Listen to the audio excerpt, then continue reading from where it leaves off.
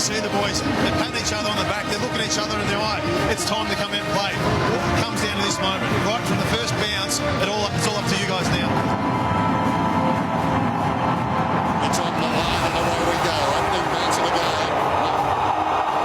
Run into a dead end. Perkins snaps across his body. Don't tell me.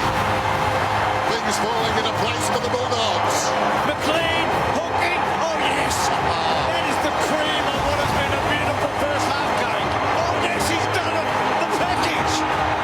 Might deliver a cup. Good kick. Gives Pickett a chance. It's over. It's all over. The drought. It's 62 long years. Their day. Their year.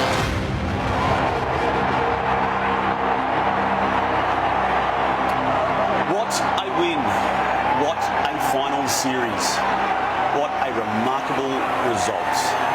Hello and welcome to Access All Areas. The Western Bulldogs are the 2016 premiers.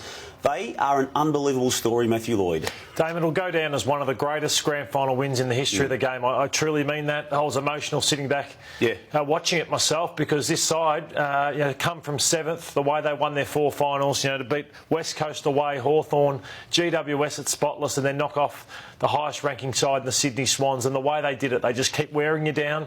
Not a star-studded side, but a team that just plays with heart and spirit like we've never seen before. One of the great wins of all time. Are we seeing the first of a string of premierships now for this team under Luke Beveridge, or is it a flash in the pan type of result? If they want to play with the hunger, which isn't easy, that's why not many teams go back-to-back, Damo, over the history of the game, because players will always drop off. This is a young group. Some may get comfortable over the break, but under Luke Beveridge, I'd be surprised if they did. But they're not good enough a group of players, in my opinion, to just think that it'll happen again next year. They have to keep coming with that effort and energy that they played with throughout this year. And if they do that, they should go in as the favourites again for next year. Well, they defied convention in so many ways, didn't they, with what they did, particularly in the past month. I mean, coming from 7th alone was unique in the current AFL finals mechanisms. But the spine they had, it was not what you would consider to be premiership worthy in any other year. And that's exactly why I say this isn't just going to happen for the Dogs. They have got a great group of players under 22, which we'll touch on shortly. But I don't think a Hamling or a Fletcher Roberts can stand up if the support up the ground isn't going to be there. They'll be against guys like the champions forward lines like Franklin and these guys. They need heaps of support, which is what they got on the weekend. Sure. I think what they've also done is force the rest of the competition to think very big and to stop hiding behind 3 and 4 and 5 year plans. Lotto, you mentioned those young kids and what needs to happen in the future if they are to sustain it. The big name, the big signing, Tom Boyd, I think he had the coming-of-age game, obviously, and when you look back on it and I think reflect upon it, maybe after the game more so than during it, he really did have a claim on the Norm Smith medal, didn't he? It's amazing how it happens. I remember watching Tom Hawkins play against St Kilda in a grand final and hit 3 goals, a lot like Tom Boyd did. It was his coming of age in that grand final. I look at this, 6 contested marks from Boyd. He played with a presence that I've never seen him play with. His mobility around the ground was too much for Naismith by the second half. And he just grew as the game went on. 4 disposals and 2 goals in the first half, Damo. But he had a great final series, which was fantastic. The game against GWS in the preliminary final, where he had to cover for the eye injury to Jordan Roughhead, that was arguably the coming-of-age game. And then he played his best game of his short career. And that goal there, Lotto, the tears, I think, welled up in everyone about that moment. And some people started to say, are we seeing Tom Boyd, the Norm Smith medalist? And he hit the post, I think it was, only a minute or so later, and you thought, if he kicked that one, could he possibly win it? But he'd be that happy that he contributed in such a big way on grand final day. It's an extraordinary story in so many ways. Travis Cloke, they have made an undertaking to bring him to the team. Now, they're a club of their word, and I can't see them changing that. But do you look at that transaction now differently to what you would have had they failed in this final series? I've always said that I don't think he's the right fit for them from the start. I always thought that maybe a Harvey type, a smaller, nippier type suits the Western Bulldogs. I just think if Travis Cloke is to make it at the Dogs, he needs to lose weight, become a lot more mobile, agile, to fit in with their forward line, because they've already got Stringer there who, I think, was just a bit part player in the end, because I think he... But what I loved about Stringer, he became unselfish by the end of it and was trying to play the Bulldogs' way. But with Shuey Cramry coming back, it's not going to be an easy side for Travis Cloke to break into. Jason Johannesson was the official and right winner of the Norm Smith medal. So many other options. Picken was another one. But Marcus Bontempelli, in a career that has already defied his 20 years of age, he was the cleanest ball user throughout the day. You're spot on. Some of these these clips are phenomenal. Just the class, the poise that he played with in a game that was scrappy, and some thought Johannesson maybe shouldn't have won it because he turned the footy over so often. This guy had 22 disposals, but it's the quality of them. He doesn't. I mean, I heard Chris Judd speak one day about Daniel Kerr, saying he only needs 20 Kerr, and it's the equivalent of someone else's 40. Well, it's the same for this guy Bontempelli. I just thought his second half, when the game was up for grabs, he was as influential as any player on the ground. And you just look at the birth certificate of him. It's not until late November that he actually turns 21, and he's already jammed in nearly 70 games of footy and done it with a real authority that's extraordinary. They say he's that much of a professional that he was leading the charge in how you should train and how you should prepare from pretty much the day he walked in there, a lot like Joel Selwood at Geelong.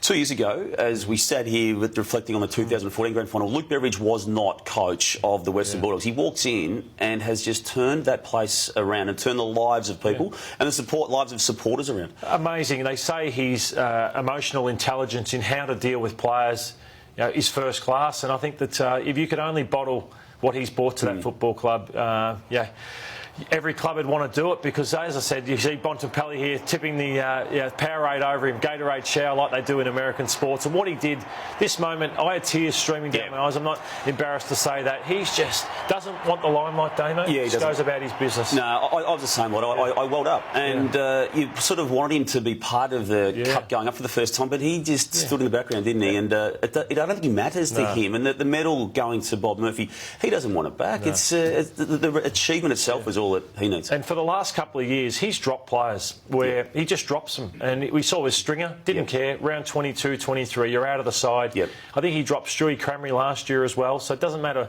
what your reputation is. He just does what's best for the Bulldogs, and he's got them there in 2 years. It was as ferocious a contest throughout, wasn't it, Lord? Right from the absolute outset. This is the first quarter, the tackling here, McLean on...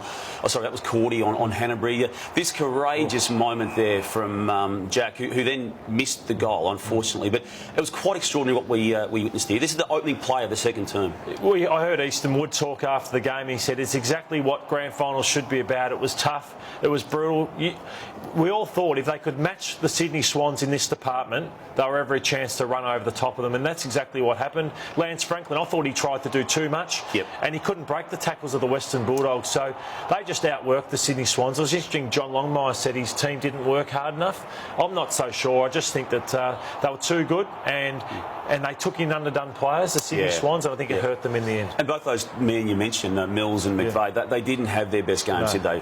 No, I mean, McVeigh was okay, but it wasn't his best game. That's right. And Mills just didn't provide the run that they clearly picked him for. You're spot on. I think. But at the end of the game, the Bulldogs were just... I thought the floodgates were going to open, and it got out to 22 points. The forward line didn't work, did it, Lordo? They had it going nicely, the Swans, in the second and third week of finals. But Buddy Franklin, well, there was the ankle injury that he sustained early in the game and had to have jabbed very early. Did that mean he was forced to play closer to goal than would have been ideal? Yeah, I think so. I think you're spot on, and I think it threw them out. Kurt Tippett, I know you've been hard on him in previous times, and I've tried to support him, but he just did not play with any presence whatsoever. Just didn't impose himself on the game. McGlynn's last game was not a good one for him. Happily, unfortunately, a very, very good season, but not a good grand final. And then Hewitt, I think the last two games, he's looked probably out of his depth a little bit. And Gary Rowan, well, he said he wanted to make up for his last grand final. Well, he was one of the worst on the ground again, so he'd be having a few sleepless nights. It's funny, I mean, what do? They've made 3 grand finals now in the past 5 years. They've now lost, though, 2 of those 3.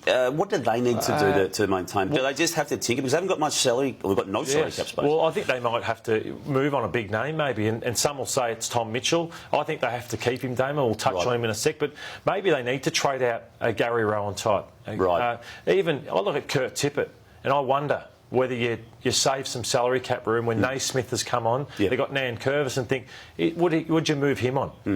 So I think that's what they have to do. But Tom Mitchell, where's that at the moment? Yeah, look, it is as it has been for some time, and now he can officially talk through it with his management and club and his future club potentially being Hawthorn.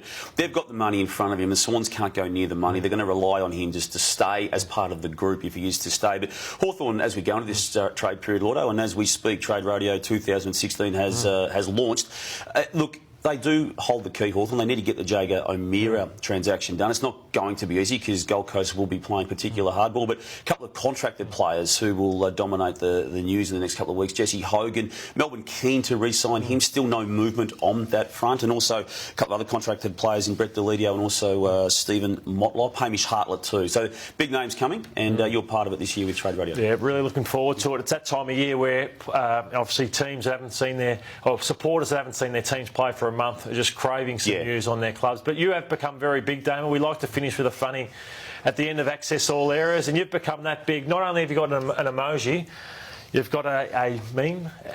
You've got a meme. So hearing his voice when you wake up, they just love hearing, hello, I'm Damien Barrett, and welcome to Access All Areas. How big have you become, Damon? I think you'd like to figure the funny. Where's the funny? The funny is that they just do not want to wait till next year to hear, hello, I'm Damien Barrett. Well, Lordo, they've enjoyed your work in 2016 on Access All Areas and back in 2017 Access All Areas. But thanks, Lordo. Enjoyed working with you throughout the year. You've had a great year, and thank you for watching Access All Areas throughout the season. The show will be back in 2017.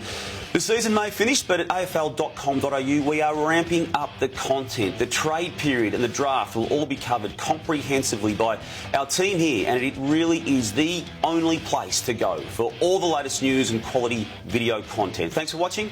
Goodbye.